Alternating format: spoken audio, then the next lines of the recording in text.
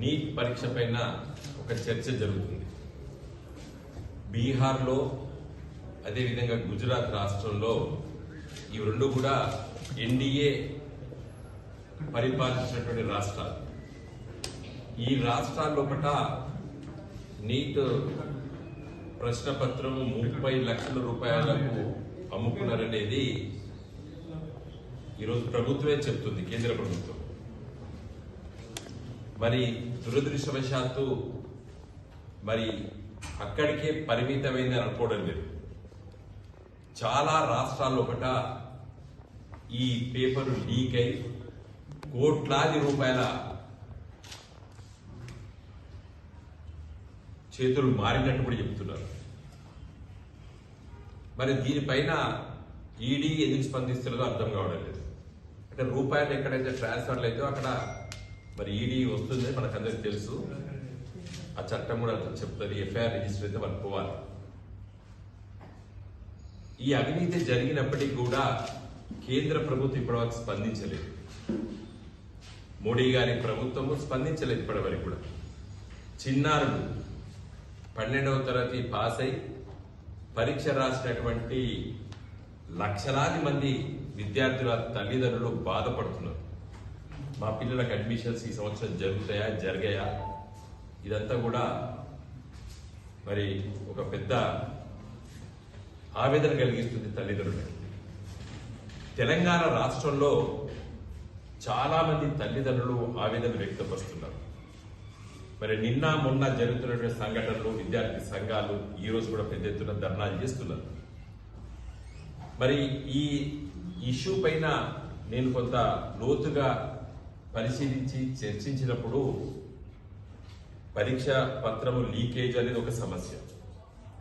ఇది దేశవ్యాప్తంగా వందలాది సెంటర్ లోపల ఈ పరీక్ష నిర్వహించారు, విదేశాల్లో కూడా ఈ పరీక్ష నిర్వహించారు.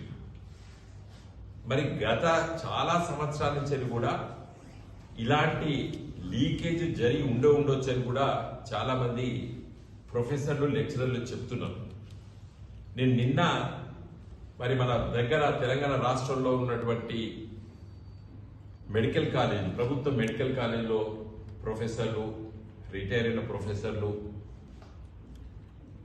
తర్వాత ఎగ్జామినర్స్ కొన్ని అసలు ఈ నీట్ ద్వారా మనకు ఈ లాభం జరిగిందా, నష్టం జరిగిందా? మనకందరికి తెలుసు, ఎన్టీ రామారావు గారు ముఖ్యమంత్రి ఉన్నప్పుడు చాలా కాలం క్రితము దేశవ్యాప్తంగా ఎంసెట్ పరీక్ష ఒకటే ఉండాలని చెప్పినప్పుడు తమిళనాడు రాష్ట్రము, సమైక్య ఆంధ్రప్రదేశ్ రాష్ట్రము మనము దాన్ని ఒప్పుకోలేదు.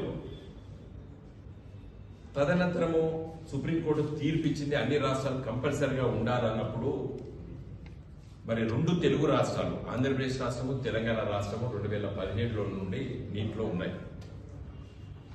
అసలు ఎన్ని అడ్మిషన్స్ ఏంది అని చెప్పి నేను నిన్న పరిశీలిస్తే మన తెలంగాణ రాష్ట్రంలో ఒకట పీజీ అడ్మిషన్స్ ఉన్నటువంటి కాలేజీలు 10 ఉన్నాయి. ప్రభుత్వ మెడికల్ కాలేజీ 1267 సీట్లు ఉన్నాయి, పీజీ సీట్లు. 50% సీట్లు ఆల్ ఇండియా కోటాకు ఉంటాయి పీజీ సీట్లు, 50% తెలంగాణ రాష్ట్రంలో. 621 సీట్లు పీజీ సీట్లు ఆల్ ఇండియా కోటాకు పోయినప్పుడు వివిధ రాష్ట్రాల్లో ఉన్నటువంటి విద్యార్థులు మన దగ్గరికి వచ్చి జాయిన్ అవుతున్నారు. మరి మన దగ్గర పిల్లలు కూడా ఆల్ ఇండియా కోటాలో సీట్లు వచ్చినప్పుడు కూడా పోవడానికి జరుపుతున్నారు. ఎక్కడో మారుమూల సాంబాల్పూర్, లేకపోతే ఒరిస్సాలో ఎక్కడో మారుమూల జిల్లా కేంద్రంలో, లేకపోతే ఉత్తరప్రదేశ్లో ఎక్కడో మారుమూల జిల్లాలో, ఎక్కడో మహారాష్ట్రలో ఒక మారుమూల జిల్లాలో అడ్మిషన్ వచ్చినప్పుడు మన పిల్లలు పోవడం లేదు. మరి సైకాలజీయా? వివిధ రాష్ట్రాల్లో ఉన్నటువంటి విద్యార్థులు మన దగ్గరికి వచ్చి జాయిన్ అవుతున్నారు. మరి మన దగ్గర పిల్లలు కూడా ఆల్ ఇండియా కోటాలో సీట్లు వచ్చినప్పుడు కూడా పోవడానికి జరుపుతున్నారు.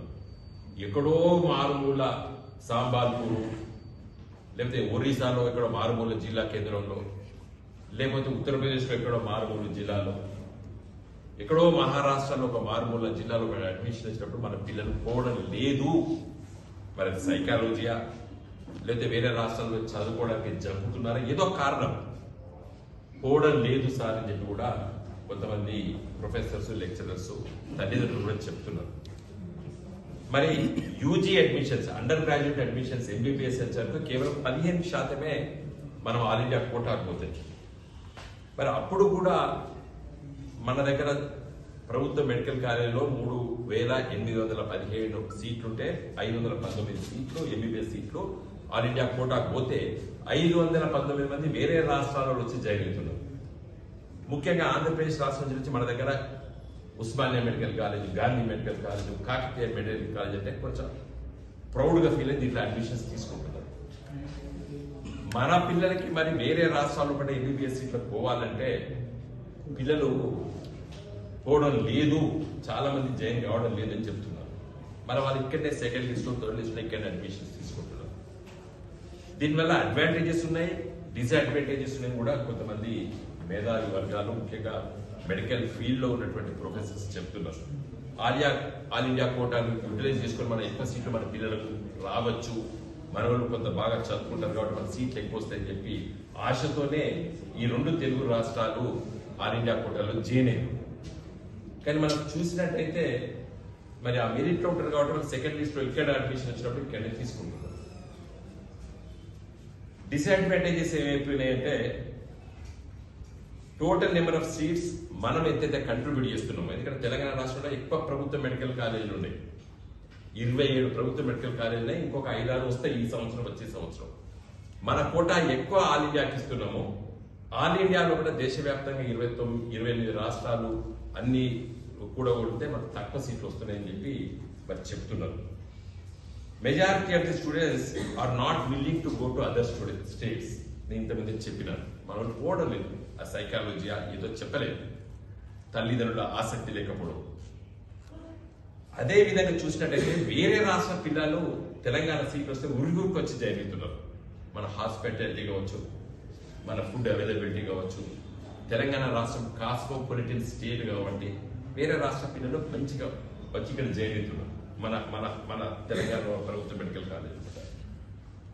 అయితే ఇంకొక డిసడ్వాంటేజ్ ఏముంది, మనకు ఈ ప్రెసిడెన్షియల్ ఆర్డర్ వల్ల దానివల్ల గత 4 సంవత్సరాలు తెలంగాణ రాష్ట్రంలో చదువుకుంటూనే నువ్వు ఇక్కడ లోకల్ అయితే పీజీ అడ్మిషన్స్, మన పిల్లవాడు ఎంబీబీఎస్ సీట్ కోసం విజయవాడలో సీట్ వచ్చినా, మహారాష్ట్రలో సీట్ వచ్చినా, లేకపోతే నాగ్పూర్లో సీట్ వచ్చినా, ఒరిస్సాలో సీట్ వచ్చినా 4.5 ఏళ్ళు అక్కడ చదివితే మన తెలంగాణకు వచ్చేసరికి 4 లోకల్ అయిపోతాడు. తెలంగాణ బిడ్డ వేరే రాష్ట్రంలో ఎంబీబీఎస్ చదివితే మన రాష్ట్రానికి వచ్చేసరికి 4 లోకల్ అవుతాడు. అక్కడ 4 లోకల్ అవుతాడు, ఇక్కడ 4 లోకల్ అవుతాడు. కాబట్టి అందుకోసం మన పిల్లలు పోవడం లేదు. సెకండ్ లిస్ట్ వచ్చినప్పుడు ఇక్కడనే చేరేది. ఉస్మానియా రాకపోతే, మెడికల్ కాలేజ్ రాకపోతే వేరే జిల్లాలో అడ్మిషన్ వచ్చినప్పుడు తీసుకుంటున్నాడు. కాబట్టి వేరే రాష్ట్రాల పిల్లలు ఇక్కడ ఎంబీబీఎస్ చదివితే వాడు పీజీకి ఇక్కడ లోకల్ అయిపోతాడు. ఎందుకంటే 4.5 సంవత్సరాలు ఇక్కడ చదువుకున్నాడు కాబట్టి ప్రెసిడెన్షియల్ ఆర్డర్. కాబట్టి నా ఉద్దేశం, నాకు ఒక ఖచ్చితమైన అభిప్రాయంతో నేను చెప్తలేదు. నేను రేవంత్ రెడ్డి గారిని, మన గౌరవ ముఖ్యమంత్రి గారిని, అదేవిధంగా మన ఆరోగ్య శాఖ మంత్రి రాజనరసింహ గారిని నేను కోరేది ఏంటంటే ఒక ఎక్స్పర్ట్ కమిటీని మీరు దీని మీద వేయండి. Medical college, university vice chancellor, అదే మన తెలంగాణ పిల్లల భవిష్యత్ కోసము దీనిపైన మరి మంచి జరుగుతుందా, చెడు జరుగుతుందా, మనం ఈ ఆల్ ఇండియా కోటా ఉండడం మంచిదా, మంచిది కాదా, దానిపైన ఒక ఎక్స్పర్ట్ కమిటీని వేయాలని చెప్పి నేను గౌరవ ముఖ్యమంత్రి రేవంత్ రెడ్డి గారిని, అదేవిధంగా మన ఆరోగ్య శాఖ మంత్రి రాజనరసింహ గారిని నేను కోరుతున్నాను. మరి మంచి ఎక్స్పర్ట్స్ ఉన్నారు మన మన తెలంగాణ రాష్ట్రంలో కూడా. మనకు ఒక ఎక్స్క్లూజివ్ యూనివర్సిటీ ఉంది, Kaloji university of medical sciences, university of medical sciences. కాబట్టి వాళ్ళను దాంట్లో మరి ఒక 2-3 లాయర్స్ కూడా దీనిపైన చాలా లిటిగేషన్లో కూడా పార్టిసిపేట్ చేసిన సీనియర్ అడ్వకేట్స్ ఉన్నారు. వాళ్ళందరి అభిప్రాయం కూడా తీసుకొని మనకు మంచిదా, మన పిల్లలకు నష్టం జరుగుతుందా, దానిపైన నిర్ణయం తీసుకోవాలని చెప్పి నేను కోరుతున్నాను.